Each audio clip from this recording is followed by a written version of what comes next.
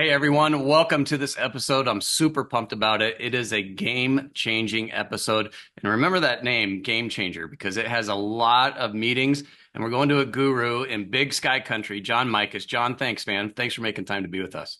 Yeah, Andrew, thanks for having me. Appreciate it. Yeah, I can't wait to dive in. So if you're watching or listening, have a notepad. Be ready to take some notes because they're going to be, not a lot of guarantees in life, but there's a guarantee that you're going to get some hidden gems out of this. So I'm fired up about it. But John, let's just start right away. Let's kind of get into it. Your story from solo agent to, broker owner, family. But the reason I reached out to you, and I'm just to be transparent, is I received your blog or your letter, your email from October. Yeah. And I read, I'm a kind of a nerd and I like to study and a student of the industry and a student of coaching, everything. Um, this was one after I read it and I said, that was awesome. And I just reached out to you right after. I said, we need to share this because what I loved about it, John, is you talked about family and friends and you've created this road to freedom. I know you like to talk about this freedom that allows you to be and enjoy life. And so I just want to thank you for what you wrote. Thanks, man. I appreciate it. It's been really fun to write these letters every month. I call it my letter from the heart, and it's really just my opportunity to share. And, a lot of times it seems kind of like a highlight reel, right? Because we like to write and talk about the good things, but I try to be true to what's actually going on in my life and some of the challenges I'm going through too, or some of the realizations I'm having as I become older and hopefully more wiser and learn some things along the way. So yeah, I appreciate it. I'm glad it resonated with you. It did. Thank you for doing that. And thank you for just putting it out there for others. I think, and we'll get into this as we get into talking real estate and being an agent and struggles and successes as well. But sometimes we're agents are afraid to put themselves out there. And you just did. I mean, you did it with this, you do it for others, so you make a difference in others. But let's go back. Let's go back. So you started as a solo agent, am I right? Yeah, I started as a solo agent. Actually, my mom managed a real estate office, a small independent mom and pop. And through my connection to my mother and just some personal experience I had had in my past, the broker owner of that company invited me to come work for him. And I said yes. And he really saw something in me that I probably didn't even realize about myself at that time. And he just thought I could be really good at real estate. And I had never even considered real estate as a career opportunity before. But seeing his faith in me, really gave me, a lot of encouragement and started in 2002 in real estate and got after it and was nominated as one of the rookies of the year for my MLS and did really well and had a natural ability to just kind of converse with people and help them figure out what their wants and needs were. And then I also had a passion for the area where I started real estate, which is where I grew up in the Hudson Valley area of New York.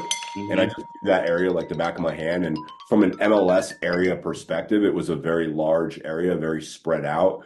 So, I might get a client in my car and we might start on one section of the county and, 3 hours later go to the second house on the far other side of the county. Worked with a lot of people coming out of the city looking for kind of a weekend getaway. And that just really appealed to me. I thought it was really cool and just love showing off the beauty in the area that we were in there. Yeah, as a salesperson, if you believe in something, then you don't have to sell anything, I don't know that I ever could be a salesperson if I didn't. right? Um, I've always been passionate about that. I've always, wore my heart on my sleeve and said, look, I'm never going to sell you something that I don't believe in. And I've oftentimes told people, don't buy this. And I Hmm. think that's led to a lot of the referrals and the trust that I've garnered from my clients over the years. But yeah, we did real estate for a while in the Hudson Valley area of New York. And then my wife and I got married and we just wanted to kind of start somewhere new and fresh and an area where we thought there was even greater possibility. And we relocated to the Charlotte, North Carolina market and started to carve out a piece of that market for us in Lake Norman. And it was That's a hard. competitive market too. Yeah, it's super competitive, and I'd never really worked in like an environment where there was like subdivisions and families and car seats involved with showings and things like that. Like most of my clientele were dual income earners, no kids coming out of New York City, and now I'm in this environment where it's like young starter families, people buying their first houses. And I moved down there at the end of '06, and we all know what happened in '07. So I'm in a brand new market. I don't know anybody. I think I was a little bit naive to how difficult it was going to be to start up in a brand new market that I didn't know. I started real estate in a market where I grew up, so I knew every nook and cranny of that market. And, it was challenging. but I look back now and I'm like, it was those challenges and that hard time that really made me the realtor that I became. Because without those challenges, I never would have really dug in and really honed on the craft and got those 10,000 hours and figured out like how to be excellent or world class at any of those elements. And it kind of came naturally to me when I did it in New York. But in this new market that I found myself in the midst of a recession like we've never seen before, I really had to figure out like, who was I going to be as a realtor? Was I going to be a realtor that just hung it up when it got difficult, like we see a lot of them doing now? Or was Hmm. I going to dig in? And I just had this concept, and it's actually on my wall in here right now. And it says, you know, good things happen to those who wait, but only that which is left behind by those who hustle. And I was just committed to being an agent that was going to hustle. I was committed to being an agent that was going to outwork my competition. And what I saw in the environment that I was in, and I was in a very big Remax office at the time, hundreds and hundreds of agents. And a lot of them were just complaining. They were just like, man, I don't want to do short sales. I'm not going to do foreclosures. That's a waste of time to do a BPO. And I just heard all this noise around me, but I was like, I just need a deal. And if there's a pathway, a reliable pathway that's proven to get a deal down short sales, down foreclosures, down whatever, I'm going to do it. And, I started to pursue all the areas of real estate that I saw other people in my office avoiding. And I said, this is going to be like what I'm going to do. And I remember having a conversation. I had this chiropractor who was a client of mine. She's just super sweet lady and has a very successful practice. And Hmm. I was going in for an adjustment with her. I was spending a lot of time in the car at that time, those days, and I needed an adjustment. And I remember her saying to me, like, "Hey, John, like, are you okay?" Like, because whenever anybody heard you were a realtor in the 2007 era, it was like horror and shock on their face, like, "Oh my gosh, are you going to make it?" Right. Like it was just like the sky is falling. Now the reality is often very different than what the perceived reality is, and it was so much this case then. But I remember this conversation that I had with her and just this dialogue that we had. And, she's like, are you going to be okay? And I was like, yeah, I'm going to be fine. Like, I have 10 closings on Friday. And Wow. as I said it, it was like just this out of body experience almost where I'm like, wow, like I'm actually doing this. Like, I have 10 closings on Friday. I've never had 10 closings in a month before, no less a day. And it's Hmm. happening. And, from digging into that, mess of short sales and foreclosures and figuring that out and serving clients at a high level, I was able to help a lot of clients get some amazing deals, probably the best deals they're ever going to get in their entire lifetime, from that era. And that led to referrals and trust and just a whole bunch of, business that came thereafter that allowed me to go and build a team and ultimately a company and then do all kinds of other cool things in the space. But when I look back over all the years, it really stemmed from being willing to roll up my sleeves, do what others weren't willing to do, and really become world class at that thing. Like if I was going to do it, I was going to be world class or I wasn't going to do it. So I think if we take that notion to heart and wherever you are in your business now, whether you're brand new or you're looking to go to that next level, it's like, what are those focus areas? What are those things that you should be doing more of? What are also those things that you shouldn't be doing at all? And like trimming the fat and really getting focused. And then once you're focused on what it is that you're going to pursue in order to achieve your goals, just be committed to being world class at that and have that notion of world class in your mind that like I'm not just going to be a generalist. I'm not just going to do this like everybody else is doing it. I'm going to be the best in my market at this. And if you wake up every day and pursue your goals that way, I think magic happens. I think you're spot on there. Man, thank you for sharing all of that. There's so many things in there uh, that I really want to dive into. Like I'm fired up right now. I'm jacked up. I'd chest bump you if we were in person right now. Couple things there though. The mindset is huge. Being world class. Do you think going back to at the top of the show when you talked about that broker agent who brought you on or the broker owner who brought you on? He saw something in you. You mentioned that maybe you didn't see in yourself. Is that maybe what he saw in you was that your drive, your inner drive to be world class, to be it's not and correct me if I'm wrong, but what you're saying is not being the best of the best, it's being the best version of you. Yeah, I don't know if he saw that in me then. I think that came out of me in that whole transition to that new market and being in a real struggle. So being newly married, being in a new market, I Mhm. was working 3 jobs at that time. I was like, I have to make real estate work. I can't be stuck in the restaurant industry my whole life. And that's really where I was at. And I feel like I needed that like really low difficult point in order to have that mental breakthrough of becoming world class.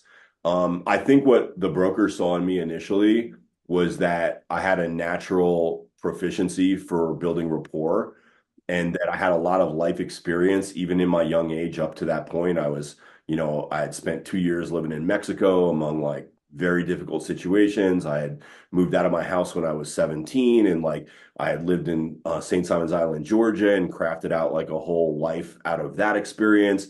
And then I had come full circle back to New York at the young age of just 21 years old and approaching 22 and getting into real estate. I think what he saw in me is that I had a lot of life experience. I could connect with people at all various different ways. And, when I look back to, trying to put myself in his shoes, I was young energy for his office. I mean, when I came into that office, I was the youngest person in the office by a factor of 2x. So like Wow. the next youngest person in the office was over 50 years old. So I think he saw like, hey, an opportunity to like bring this kid in, bring some new blood, new energy Mm. into the office atmosphere was a good thing. And I think he just wanted to help me out too. I think there was just a goodness about him and he loved my mom and my mom worked for him for many years and he just wanted to help me out and he thought, hey, I got an opportunity and this kid can work it. And I resonate with that because I've done that so many times for people like, hey, maybe this person doesn't have like all of the things that the checklist says they should have in order to be a good hire. I've always Mhm. struggled with like these books on hiring and these like methodologies on hiring because what I'm actually doing when I'm sitting down and deciding, do I want to hire this person, is I'm saying, would I buy a house through this person? So, like, if I'm bringing them in as the role of a real estate agent, I'm sitting across from them and trying to gauge and get a feel from them, like, would I buy a house through this person? Mhm. If the answer is no, like, you probably shouldn't hire that person. But I've brought on a lot of people over the years where I'm like, maybe this person doesn't check every box that the checklist says they should have, but I feel something about this person that's genuine, that's real, and I think I can help them. And some of my greatest successes looking back weren't the big paychecks that I got. It, Right. it was more like the growth that you go through with other people. So the reason that we were able to build great teams and great companies is because we had great people. And the experience of building a team or a company with other great people around you and really like having an impact on their life and doing that life experience with them is probably some of the most rewarding things that have ever happened to me in business. And yeah, that probably what fuels your fire each and every day too. Because you have a lot going on in your life. I love that story that he saw something in you, but you also trusted and saw something in him, which I think is important for any agent who's maybe not happy with their current brokerage and looking somewhere else. That that bond that you have of building a team, that's important too. When you look back, man, there's so many ways we can go with this. This is what I love about this and talking with you. I appreciate you. We're talking with John Mikesh. His contact information is here below the screen, and we'll put it in the description below too, so you can reach out to him. But John, what was the trigger? I mean, you talked about adversity, as a young kid or teenager, and building that up. Adversity, if we don't have adversity, then we don't have a foundation of problem solving skills. Yeah. And You talked about at the beginning of this podcast this idea of like freedom, and always been my core driver, even before I knew that it was like I just didn't have like the self-realization to know that that was the thing that was driving me. mhm. I had some self-doubt early on because I really struggled in school. Like I barely graduated high school. And looking back, it was just because like I just felt captive in high school. I didn't feel free. And I was trying to buck that system and like get out of that environment that felt captive to me. So it wasn't until later on that, I got into real estate and I was like, wow, I can make as much money as I'm willing to put the work in for and the sky's the limit. And I started learning about personal development and like that whole world opened up to me. And I was like, wow, I actually do like reading. I just want to read about stuff that's going to help me, not stuff that seems pointless. And now I'm a voracious reader. I mean, I'm surrounded by books in every room in my house and both of my properties. And just, I just love reading. And One of the cool things about reading is that when we talk about this idea of 10,000 hours or becoming world class, is like whatever you want to apply yourself to. Like, let's say, let's keep it on real estate terms for a minute. Like, let's say Hmm. you want to apply yourself to expireds or for sale by owners, or you want to build through database.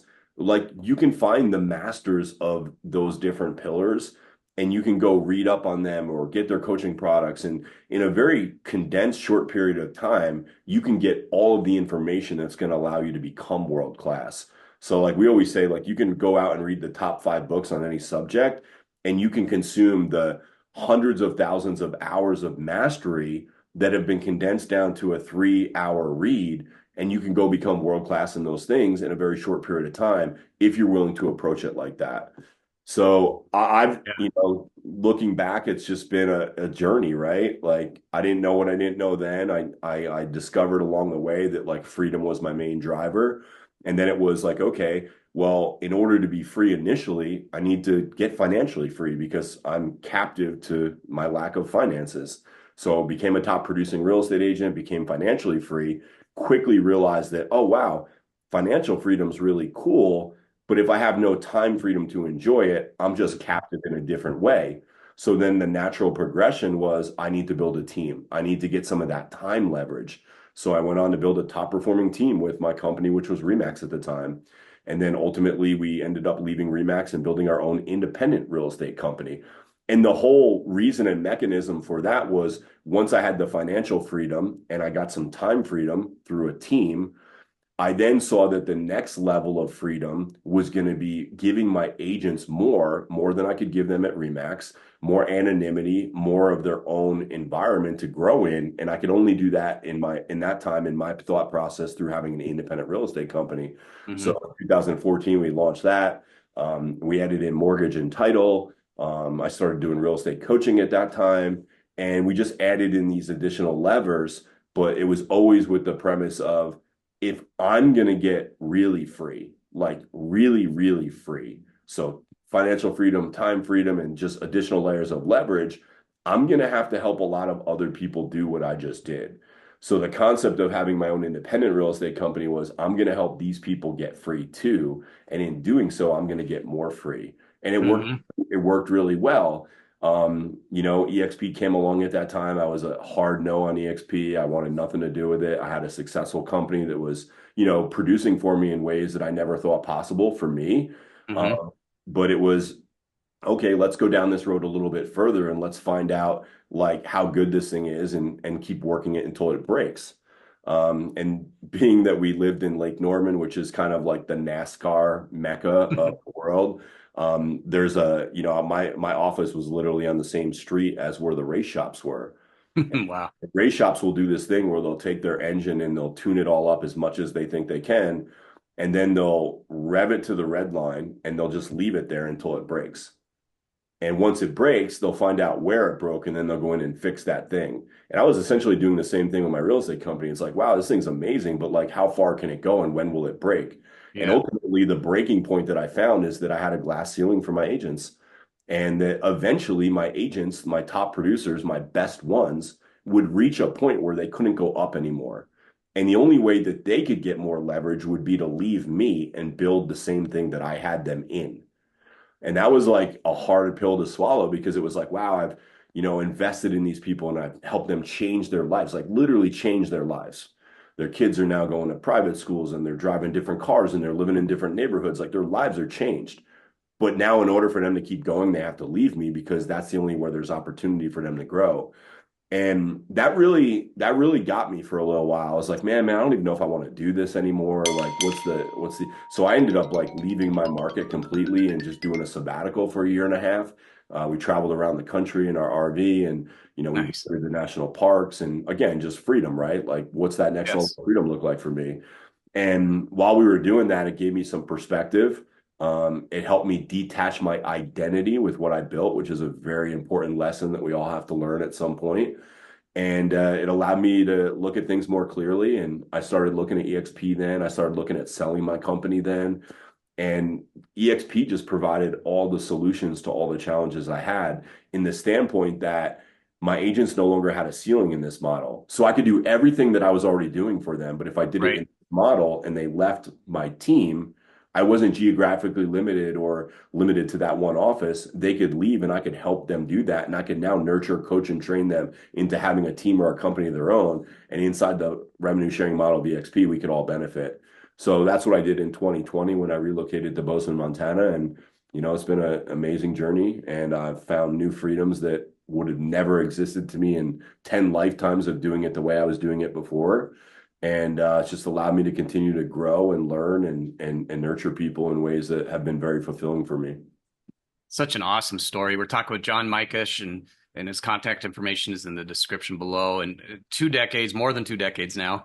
But we're 29 forever, as I always say. We're going to keep going. Um, but you know, That's a whole nother conversation if you want to get into longevity and health, but I've spent a lot of time and focus on that in those areas in the last year as well. well, yeah, and that's kind of where I was going with that, John, is that, and that goes back to that letter you just wrote, letter from the heart about October, making time to, because step back here a little bit, the maybe the stereotype or the image, a lot of new agents always want to come on board, but then they get scared. One, they think it's easy money. It's not. Nothing is in life. You have to do the work, like you said, be world class. But two, they really don't. They're going somewhere without a GPS, and you're providing that GPS for a lot of people. And now with the EXP model, you can keep them here, so they're not hitting that glass ceiling like you talked about.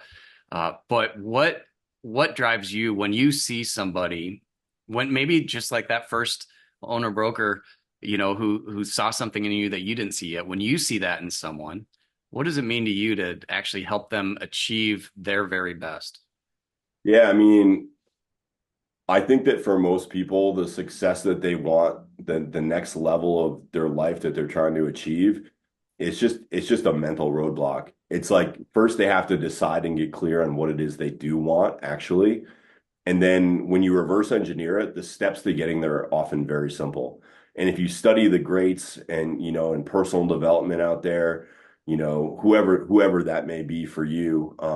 I studied a lot with Anthony Robbins, and Hmm. I did work with Brendan Burchard, Robin Sharma. Like these were all like incredibly influential people to me in Big that time. personal development space. But when you look at what they teach and you break it down, it's very simple, but simple is not very easy. And a lot of times, although it's very simple, it's hard for us to do. And the hard is often because of the thought processes that we have. So if we can think differently, we can often achieve differently. And I had a coach early on, he was super influential in my career, and he just said, look, man, 80% of what you're trying to achieve is just a mental block that you have. And he's like, once you let go of these notions and perceptions that you have about how it needs to be or should be, he's like, then we can go to work and actually create the thing that you want. And that took a lot of trust for me to have at that Mhm. point because this is a section of my career where I was taking myself out of production, but also trying to increase profitability at the same time. And when you take yourself out of 100 cent dollars and you start putting yourself into 50 cent dollars, as the real estate model often does, it's like, well, how can I be more profitable in that model? And it's understanding the scalability of when you get your time back and how you can apply that time to other things. Mhm. So it's all been a journey. Like I've definitely made a ton of mistakes along the way. And I think that for a lot of people, what holds them back is their fear of failure. So it's like if you want to go to a new level, if you want to achieve a new life, like if you want to have success that looks vastly different than what your current situation looks, you just have to accept the fact that there's going to be a lot of failure along the way. And the quicker that you're willing to allow that to happen and go through that failure to learn and grow, the quicker you'll get there. And I can think of a lot of people that I've been close to on this journey, for decade or more, and people that I know intimately. And the only reason why, maybe some of us got further faster and others are taking longer to get there is just this concept of like be willing to fail, be Mhm. willing to go there and like experience difficult times as you grow because that's what's going to allow you to grow. No different than if we're in the gym and we're trying to work out. We have to stress those muscles. We have to bring them to a point of failure if they're going to grow. And it's the same in business and life. And that's, I think a lot of people, you mentioned, your coach said 80% of the roadblock is in your head, and Yep. that's a big chunk when you lay it out. But I And I think was that, already very successful by most people's standards at that point. right, But he just knew there was a whole nother level for me and like really helped me see that as well. And that's what a good coach does. Like I've always had a coach. A coach is what really got me to think like I can do this, like actually like make a career out of real estate. It was like that first coach and he was like, you can do this and we're gonna do it together and this is what you're gonna do. And I was like, okay, let's go. But I've never not had a coach since then. I still have a coach to this day. And it's like, yeah, the coaches come in for different seasons and different reasons. And sometimes it's real estate related, sometimes it's marital related or health related, and sometimes it's all three at the same time. But if I want to achieve something that I haven't achieved, the idea of trying to figure that out and do it on my own without a coach is nonsense to me. Because right, it's like here I have somebody who's already achieved the thing I want and is willing to show me the way and help me avoid some of the pitfalls and help me realize that when I'm in a slump, it's okay. It's natural part of the process, which could derail you if you don't have that. So I just always encourage people like get a coach, get help, get somebody that's going to be your guide, somebody that's going to hold you accountable because we don't achieve anything of significance without accountability. It's why there's no professional athletes or anybody at the top of their game, whether it's musically or in business, that doesn't exactly. have some type of a boardroom or a mentor or a coach or multiple at the same time. Exactly. And that's I'm such a huge believer in coaches and I have been for 50 plus years. I mean, the best of the best have coaches and as you mentioned in all different areas of their lives too, not just business. It could be health and spiritually, family, whatever, marital, like you said. That's probably what I've learned more, over the last handful of years is like, you know, don't make your whole life this one journey that you have like all about business.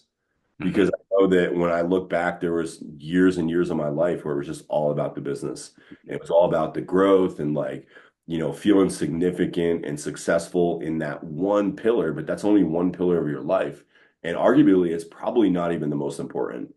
The most important is, for me is like, what's my spiritual life? What's my family Yep. life? What's my health look like? And then business is a component of that for sure. And it's given me a lot of freedom to explore these other areas without being stressed or worried about, paying the bills.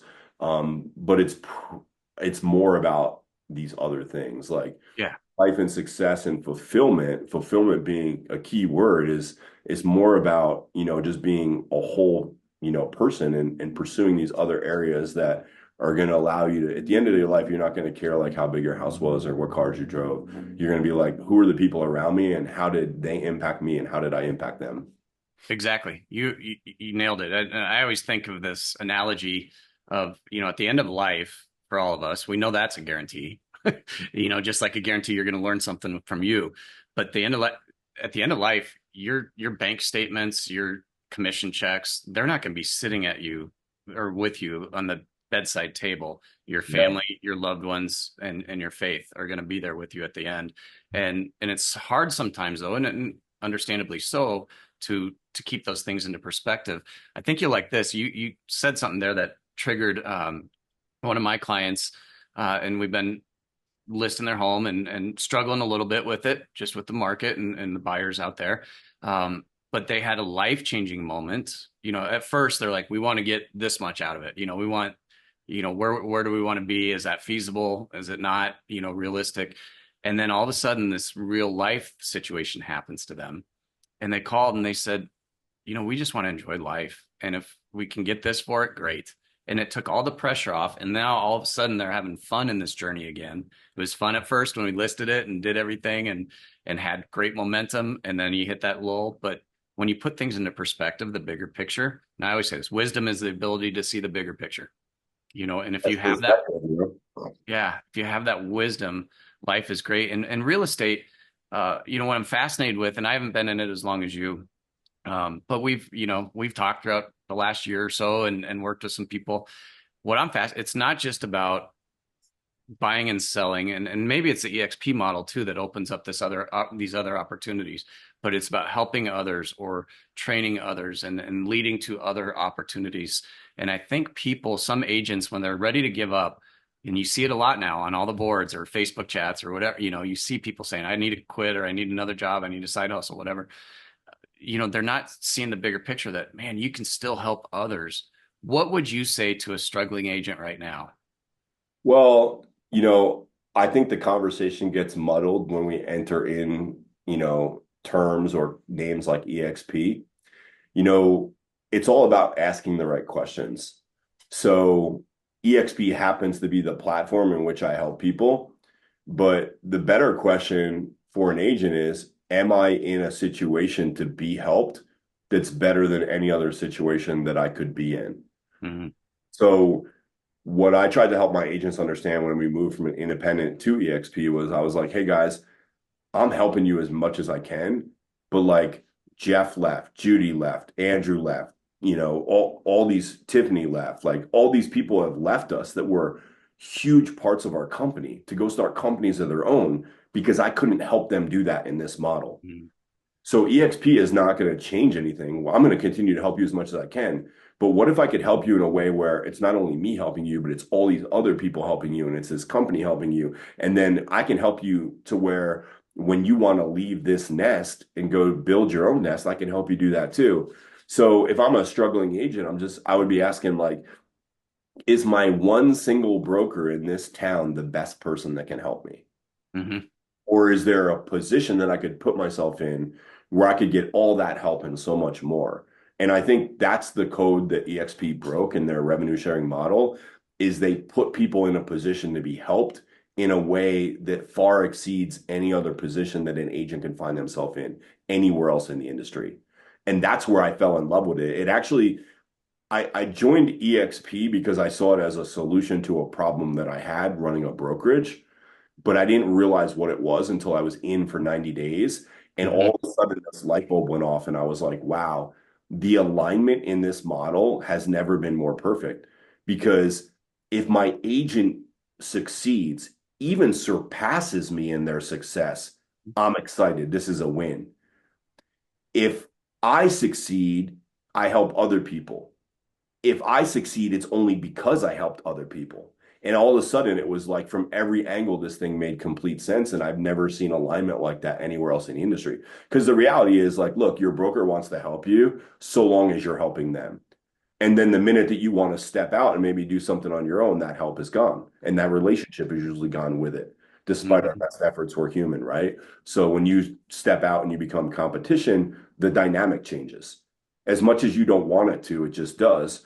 So I think that's the question is like, hey, there are agents struggling right now, but let's first identify why you're struggling.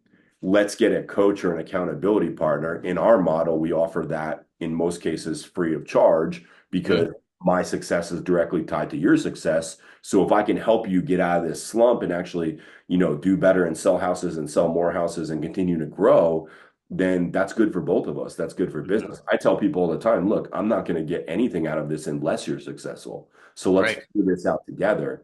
But I've been there before. I've been an agent who's been struggling, and it's a difficult time. Like it's scary. There's a lot of pressure and weight. You can't really see the light at the end of the tunnel, but I can assure you that there is. I think we're going into an amazing season. I think we're going to see real estate really take off again. I think that the worst of what we're going to go through as far as a correction is behind us with the interest rates and the lack of, inventory Inventory. activity. All that's coming back right now.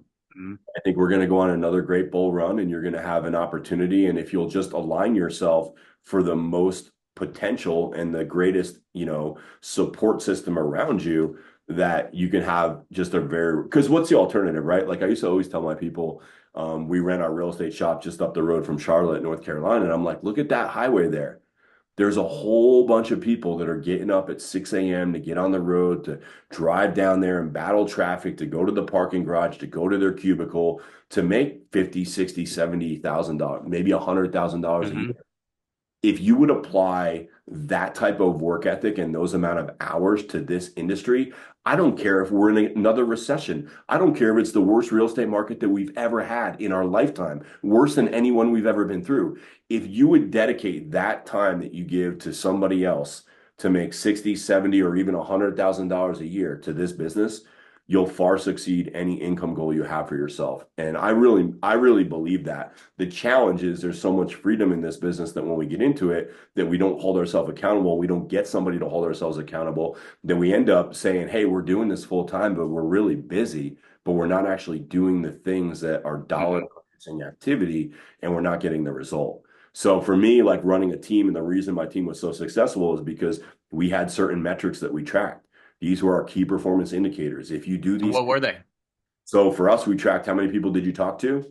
So my onus was, hey, I got to make it rain for these people. I got to produce leads and opportunities. But once I produce the leads and opportunities, they got to talk to them. So how many people did you talk to? How many people did you set an appointment with? How many people showed up for that appointment? How many people did you sign to an agency agreement? How many people did you follow up with that you've already met with? And then how many new contracts did you sign? And it was by following those key performance metrics with my agents that I could uncover the hole in their boat before they even knew where it was. Exactly. You might have somebody fudge something and say, I talked to this many people, but guess what? If you talk to that many people and you didn't set appointments, all you did was kick that can down the road and now you got a problem on the next metric. So being able to have those like really pointed conversations with agents and help them figure out, okay, there's a methodology, there's a math to this thing. And even if you're really bad, we can still get you really good money because we know what the path is in the math. And you have to have that mindset to just do that. Do what you ask them. Do what you say. I love how you do it. And I know you didn't you make like 45,000 calls one year or something? Didn't you track that to? And we tracked for 10 years, we tracked all of those metrics over and Yeah. over again. So like we could say, hey, our star performers, they convert people from a lead to a closing at this percentage. And the ones that are struggling, they do it at this percentage and everything in between. And then we could actually run numbers side by side and help them set goals that were smart. So specific, measurable, attainable, realistic, and time bound. And Yep. we can say, hey, if your goal is to make $110,000 this year, you need to make 330 calls per week. Yeah, And and it adds up. yeah, That's impressive. And I think that that accountability piece, that coaching piece for new or even seasoned agents, because times have changed since 2002 when you jumped in.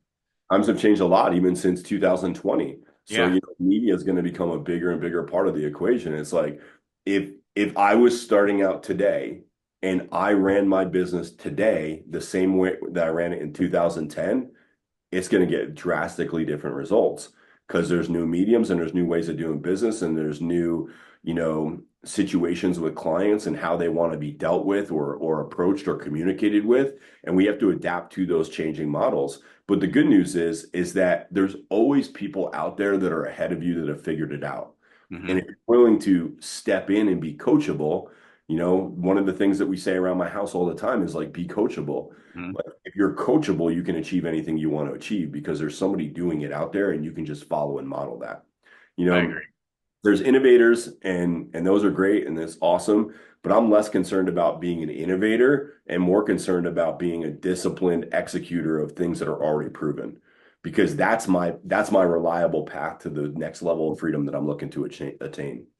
When you get to these levels, John, what and say something doesn't work, are you able now to, because of the adversities and situation and really tracking everything? I love that you make everything trackable and accountable, putting a number to it. Are you able to spot something even on your own and say, man, I forgot to do that, or I need to do that? Because then that goes back to that coachable piece too. I mean, you think of an athlete, right? If we're in basketball season now, right? And somebody isn't face guarding somebody and they're just scoring on them all day and that player just thought, I forgot to face guard, even though they taught us that. I Yep. forgot to do that. Are you able to, I don't know, best way to say it, like recover, have that quick mindset, be forget or just forget the past and just stay in the moment and recover quicker? Are you able to do that just by building up these same patterns and consistencies each and every day? Yeah, I think it comes with time and with age. I mean, if we're willing to learn from the past, we can accelerate, in the future. There's also a realistic component that like the fire in my belly maybe not isn't as bold as it might have been when I was in my late 20s, early 30s. Like I had more to prove, like I was on a quest to achieve significance and success and all that. And now I'm more like I'm good, like where I'm at. So, I'm always trying to find ways to challenge myself. Like, what's that next challenge for me going to be? And I think that, the trap is to remain comfortable, to try to maintain. When I try to remain comfortable or maintain, I often find that my fulfillment goes down drastically. And I find fulfillment in achieving, in growing, in learning. So it's like, what are those next things that I'm gonna learn and I'm gonna pursue and become world class in? And I think that a life well lived is like continuing to pursue those things. So maybe for me in this next half, there's a great book called Halftime out there that talks about how we spend the first half of our life to become significant and then or successful so that we can hopefully spend the second half of our life to become significant. Hmm. Now it's like I get pleasure out of I have a young boy in high school that I mentor and I meet with every week and just somebody that's raised his hand and said I would love a mentor in my life and like kudos to him at that age. Like I wish I would have Yeah. had the foresight in high school to be like, wow, I could have a mentor and somebody that could like help me. So I get a lot of fulfillment out of doing that, and Well, yeah, kudos to you for doing that too, taking on that challenge. it's amazing. It's, finding that next layer of like how are we going to find significance and be significant Yep. and really help people achieve their next best. Yeah, that goes to seeing that bigger picture too. And I think it's hard for everybody as humans. It's hard for us to we know what we want, but if we're in charge of it, we're going to miss a lot. But if Yeah. we can rely on someone and trust someone else to help us along that way as in a coach and a mentor, and then that accountability piece comes in, and then all of a sudden we get confident, and man, things start happening the way we actually envision. But we can't do it without work. We weren't created to be mediocre. Yeah, Dan Nobody. Sullivan, another mentor of mine, really great. And he has a company called Strategic Coach, and he talks about it as the four C's. And it's like, if I will just get clarity on what it is that I need to do to achieve whatever it is I'm looking to achieve, then I'll have the clarity, but there'll be some clearly defined steps. And I'm going to have the courage to take those steps into the unknown, into the opportunity where there could be failure, into risk, not knowing what's going to happen. As I have that courage, then it's going to give me new confidence. And because I'm going to gain confidence by doing and having success. Mhm. And then it's going to continue and it's going to create that loop. So I've always just had that concept of like, wow, if I'll just get clear on what's next for me, what's next for my family, what's next for whatever it is that I'm pursuing, and then I'll identify those steps, maybe with the help of somebody else, and I'll have the Mhm. courage to take those steps, and then I'll make new commitments. So I'll actually do the things, and I'll make a commitment to do them, and then I'll have more confidence because I'll have done it. So like this idea of being disciplined and this is like a key thing. Like if you're younger and just starting out, it's like there's magic in this idea of discipline. And if we always run away from discipline because it doesn't feel good in the moment and we're not willing to have the courage to make that commitment to be disciplined, I think we're robbing ourselves of like some of the greatest joy and fulfillment that you'll ever because at the end of the day, like you've got to trust you. And if you don't become disciplined in anything, you're never going to trust you. And then you're probably not going to have great relationships with others because as they've always said, like if you can't love yourself first, you can't love others. And this Right. idea of discipline is like the greatest love that you can give yourself because you will become amazing at whatever you become disciplined at, and you'll see progress in whatever you're disciplined at. And that confidence will make you have more abilities and it will increase your character and your capabilities, and you'll just become a better human. So it's like really embrace discipline. Like that's something that if I could go back and tell my earlier self, it would have been like embrace discipline, get super accountable, and don't worry about all the rest. Don't worry about the failure. Don't worry about what other people are going to think. Don't worry about how you're going to look because you're going to look stupid doing it when you start. But what Yep. happen is if you stay the course and you're disciplined, then you'll look like a superhero and everybody will come to you for advice thereafter. So it's just a journey, man. It And is, but what a cool journey. Here's what I really like about you. Again, we're talking with John Mikesh and in Big Sky Country, one of my favorite states in Montana. Not just for the fly fishing, just the quality of life. Man, it is great there. But you've had a lot of successes that you've earned. I mean, you get after it. You can tell just listening to you. You can tell. what I want people to realize, everybody has that same opportunity inside of them. And it comes back maybe to that discipline or that drive or believing in yourself. Because if you don't believe in yourself in real estate, people will see right through you. You're not going to have many clients. You're not going to be able to help people because they're going to see that too, that weakness. Um, but what you're able to achieve and all your successes, everybody else can do the same too. And 100%. yeah, and I just love that. And I wish people would just go all in on themselves, and maybe we need to do that. Maybe we have a weekend seminar somewhere and say, go on yourself and we're going to help you get there. But that's possible. So looking at all of your successes, and you answered one question I was going to ask you, what could you say to your younger self? But all your success, is there one that stands out to you like, holy buckets, this was so cool the way it worked out? Yeah, one that always stands out when I think back over my career was we were struggling. We were kind of in that like suck. I was trying to figure it out. And my coach was like, you need to start journaling and you need to like start thinking about what your dream life would look like. And I was like, okay, so I'm coachable and he's going to ask me for this like the next week. So I had this journal and I would like write down like all these different like wheel of life goals that I had and like, what I want, what my vacations would look like with my family, with my house, what would I be driving, like all these different things.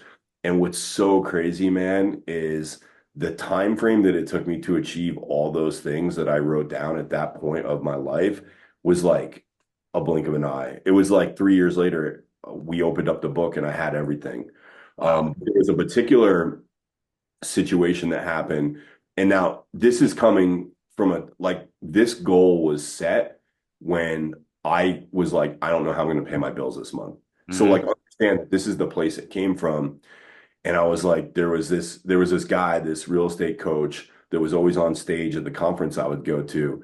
And he always had like these amazing Breitling watches on. And I was like, man, like someday I would love to have a Breitling watch. Like that was just like the thing that I like at that point was like Yeah. success. And my wife says, all right, well, write it down. And I was like, well, when am I going to get it? And she was like, what would you have to earn in order to feel confident that you deserve that? And I was like, well, how about if I make $100,000 in a single month that I can buy that? And she was like, yeah, she's like, I think that would be reasonable. This, Andrew, this was so far-fetched. This was like the most ridiculous thing I could come up with. Yeah. And it was, a few short years later, my wife called Bam. me.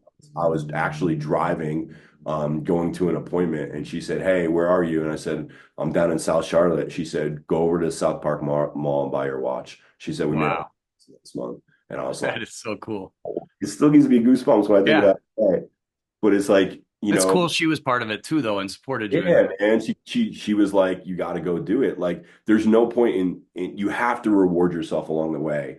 And a lot of times it's those goals and those rewards that are really going to pull you through those difficult times. And the bigger challenge is like, okay, how do I do that for myself now? Hmm. Like, what's the version of that ridiculous goal for me now? Because what I found over the last few years is that we hit a point of success and things start going and growing and all of a sudden we forget to do the things that got us there in the first place. So like I Exactly. really have to think about going into 2025, like what's that ridiculous goal for me now? What does that look like? Because if I don't set that, then I'm going to fall into that complacency and that maintaining and that non-growing, and that's not going to be a fulfilling life. So it takes work. And it's going to feel like work if you're struggling to pay your bills right now. You're going to feel like, I don't have time for that. Like, but you have to do it. It's the thing that's going to pull you out. And Yeah. for me, telling myself this right now, I still have to do that work today, or like I'm wasting the God-given opportunities that I've been, blessed to have and achieve. Because in order for me to go to that next level, it means I have to affect change on a lot of other people. And if I Hmm. don't do that, I'm going to look back one day, I believe, and I'm going to say, wow, because I didn't continue to pursue success and greatness, all these other people were negatively affected by it. So it's a Yeah. responsibility, and it's understanding that with success, with leadership comes a huge responsibility, and you have to be willing to take that on as well. Yeah. And those bright spotlights that shine on you during those times also reveal any flaws and weaknesses, and you have to be able to accept that. And that's also the beauty of it. I mean, that's where everybody, every agent has the opportunity. And this is what I just wish I could say it to the million plus agents out there. You have the opportunity to do whatever you want, but it's up to you. Yeah. And you have to find that perfect niche. All right, Real we're gonna estate's get great, into and real estate doesn't discriminate. Real estate no. doesn't care what your past was. Real estate doesn't care like what you look like. It's just like, are you willing to come in and serve and do this world class? Yeah, I love that. Just that mantra of being world class and a game changer too. Like that's been one of your mottos too, is game changers. We're gonna dive in now to the Realtor Rapid Fire. You've answered so many awesome things, and we could have 50 different podcasts based on each one because I'd like to dive in deeper. But people, real before we do into this, what's the best way to reach you? Best way to reach me is just john@johnmikesh.com. That's my Okay. email address. Yep. Um, I'm pretty like transparent and open. If anybody reaches out to me, I'm going to respond to them. You do. I respect that. Yep, you do. All right, realtor rapid fire. Just whatever pops in your head, and some of them may be quick, some of them may need a little explanation. But real cool to start. What is a favorite part of your life? Today, Yeah, right now, today.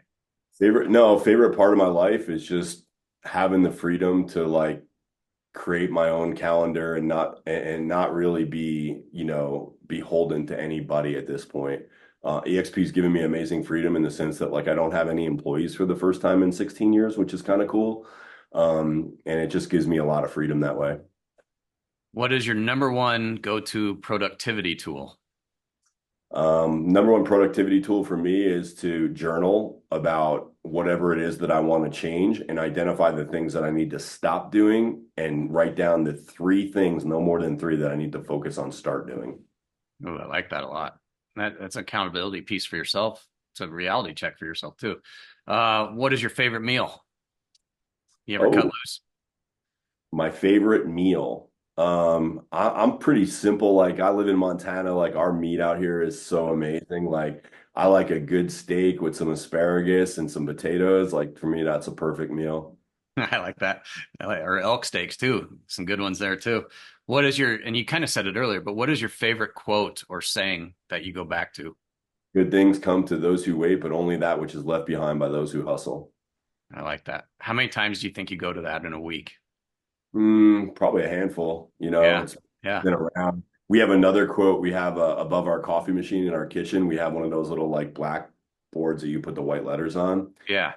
Uh, we have a quote up there right now that I really love, and it comes from A League of Their Own. And it says, "The hard is what makes it great." Mhm. So if you think about anything in your life, if it was easy come, it's probably not like you don't have a lot of passion around it.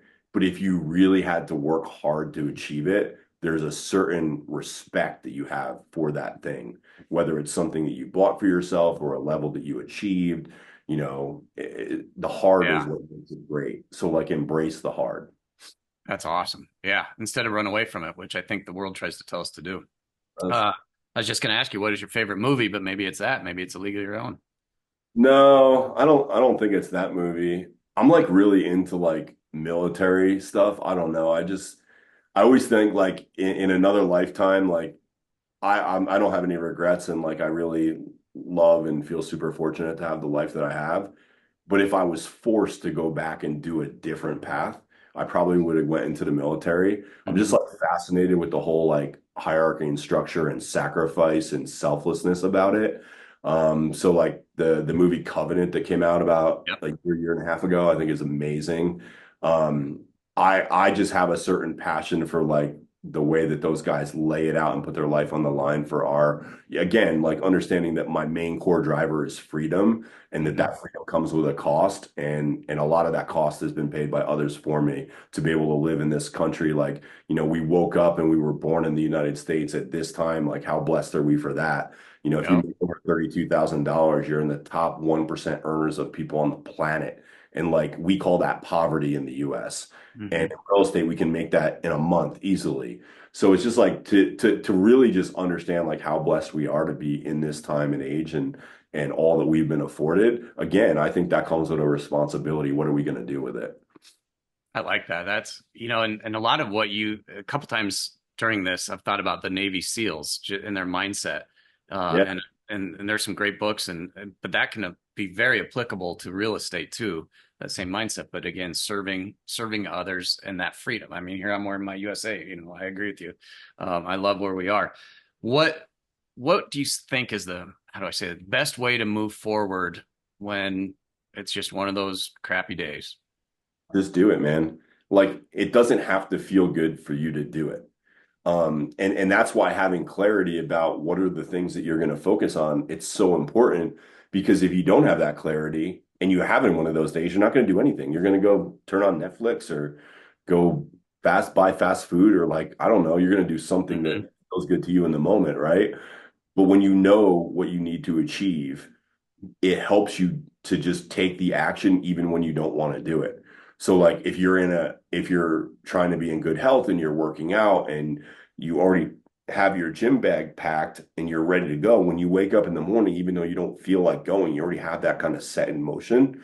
So it's like figure out what it is that you need to do and then just do it anyway. And the reality is you'll feel good after you do the thing.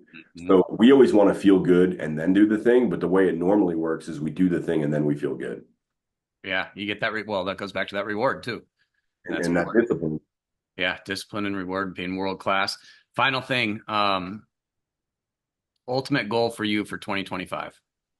Ultimate goal for me, 2025, is just really like go deeper in the relationship that I have with my wife and our marriage. We celebrated 18 years this year when I'm Congrats. super proud. Yeah, I'm super proud of that. I said we have an adult marriage now. We're reading this book right now called the Marriage Devotional by Levi and Jenny Lusko, and we joined a new married group with our church, and I really just think that we're at a point right now where I think that we're young enough that we can do like a whole nother thing and we can support each other in like growing and uh, almost having like a career stacked on top of a career. Hmm. I really felt over the last 24 months like I'm in this situation that I never thought I'd be in where like all this passive income's coming in from eXp and it's a blessing, right? Like don't get me wrong, don't hear this wrong, but it also can be a trap and it can be a complacency trap because you're for the first time in your life you're in a situation where you really don't have to do anything. Hmm. So I'm really focused on leaning into my relationship with my wife and growing with her and like really figuring out like how we're going to support each other into this next thing that we're each going to do, and whether we do that together or we just support each other. There's just some things that we're working on and going on, and I think that 2025 has the potential to lay a foundation for incredible another 2 decades ahead of us. That's so cool, man. That is so cool. I love that it was family. Everything you do is family oriented first. I mean, even your first team, wasn't your mom your first hire? Yeah, no, my dad was. Dad? Yeah. Okay. Yeah. Well, yeah, I guess my mom technically was. My mom came in and started doing some kind of like database stuff for me. And then I hired my sister and then I hired my dad. And my dad worked for me up until like 2 weeks before he passed away. Oh And man. I'm so grateful for that Yeah. connection through that. That's so cool. Well, I appreciate you so much for making time to share your wealth of knowledge with others and I'm inspiration. sorry, I'm a little scratchy. I got sick when I got home from being overseas, and this is actually my first appointment after getting back. So Well, thank you for making the time for that too, and keep kicking tail and making the world a better place. awesome, man. I appreciate you, brother.